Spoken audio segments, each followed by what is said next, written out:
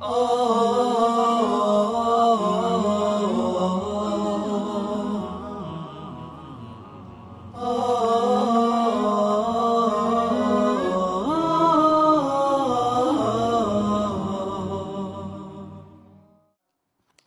ونستعينه ونستغفره ونعوذ بالله من شرور أنفسنا ومن سيئات أعمالنا من يهده الله فلا مضل له ومن يضلله فلا هادي له وأشهد أن لا إله إلا الله وحده لا شريك له وأشهد أن محمدا عبده ورسوله اللهم صل وسلم على نبينا محمد وعلى آله وأصحابه أجمعين.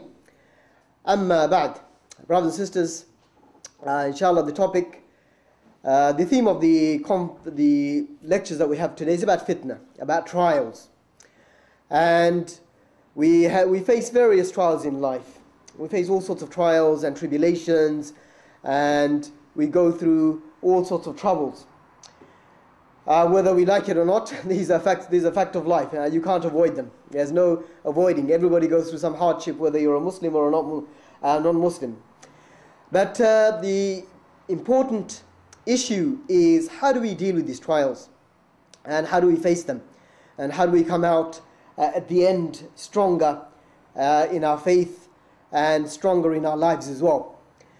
So today, inshallah, we will be discussing a number of these fitan that we all experience, and particularly those that are very important, or those that may take us away from our deen and take us away from Allah subhanahu wa ta'ala. So we have three topics under, as our brother Abu Zubayr explained, the trial around wealth. All of us, we face this. Whether we have some wealth or not, we face some kind of trials in relation to wealth. How you gain it, how you attain that wealth, and what you do with that wealth as well. So all of us, at some stage in our life, experience this. And also, we'll be dealing with, and that will inshallah be dealt with our brother Abdullah Zain al-Abdin, inshallah, he'll be with us after Asr. We will be dealing with also the fitna of shahwat, desires. And this particularly, again, at some time in our lives or not, we experience some temptations in life. Especially when you're young and when you're strong. And this is particularly relevant for our youth today, and as parents or even as youth, we need to learn to deal with these temptations and try to overcome these temptations. And I'm sure you see yourselves the state of our youth, and if you're a parent, I'm sure this is a particular concern if you have young youthful children, and that these are trials that they're going through. How can we guide our children, or even ourselves? How can we protect ourselves from those trials? But the first topic that I will be looking at, inshallah, and I think it's possibly the most strongest one that we need to deal with, all of us, is the trials in our deen, fitna in our deen. How do we face those trials in our deen, and how do we ensure that nothing affects the iman that we have, and that nothing takes away our faith? This is something that all of us will have to deal with, and we see there is more and more as time goes on that we have to deal with in our religion, in our life, with our families, and so on. So there are lots of trials, lots of tribulation that we experience. So for that reason, we organize this event, and inshallah, we hope that through this that we will benefit to learn some useful ways of dealing with these trials.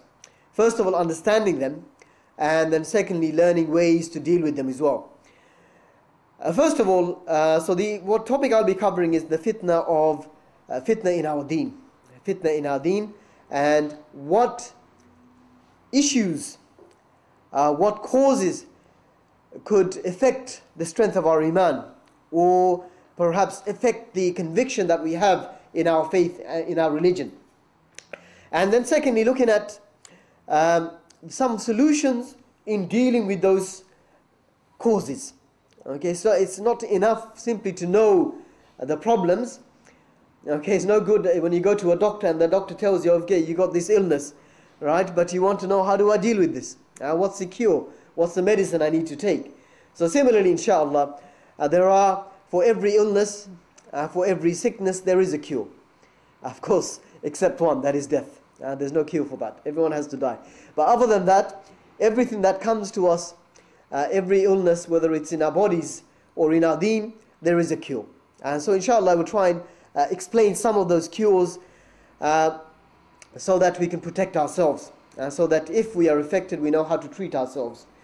And further, I will discuss an issue that is very, very pertinent in our times today.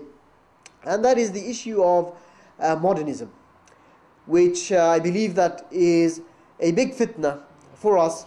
We may appreciate, we may not, but this is a strong current today that is really trying to overwhelm the Muslims. It is a trend that is being imposed on the Muslims, these modernist ideas of changing our religion, of reforming our religion, and trying to fit in with the times. So I'd like to, inshallah, in the time that I have, try to highlight some of the ideas behind this trend and this group of people. What are their aims, and what do they want, and who are behind them. And also, more explicitly, to kind of highlight some of the ideas that they are preaching to the Muslims. So if I can start, first of all, brothers and sisters, first of all, the topic of al-fitnah. So understanding the word al-fitnah. In the Arabic language, the scholars, they say al-fitnah means imtihan or ikhtibar, a test, or a trial, or tribulation, and all of those are words we can use to explain. So in the Arabic language, the word al-fitnah refers to a test, or a trial, or a tribulation. And the fitnah occurs to a person in his family, in his wealth, in his deen, in all of those areas. There's trials, there are tests that all of us will face. And this is a reality that we need to understand, that Allah Azza wa Jal is going to test us. Is going to test us, and we will not be left alone just simply saying that we have Iman. Allah subhanahu wa ta'ala is going to test us to show to us, of course Allah knows, but to show to us whether we are truthful in that claim or not. Whether we are really honest when we say amanna, when we say that we believe and we have Iman. So Allah is going to test us and to show the truth of our claim.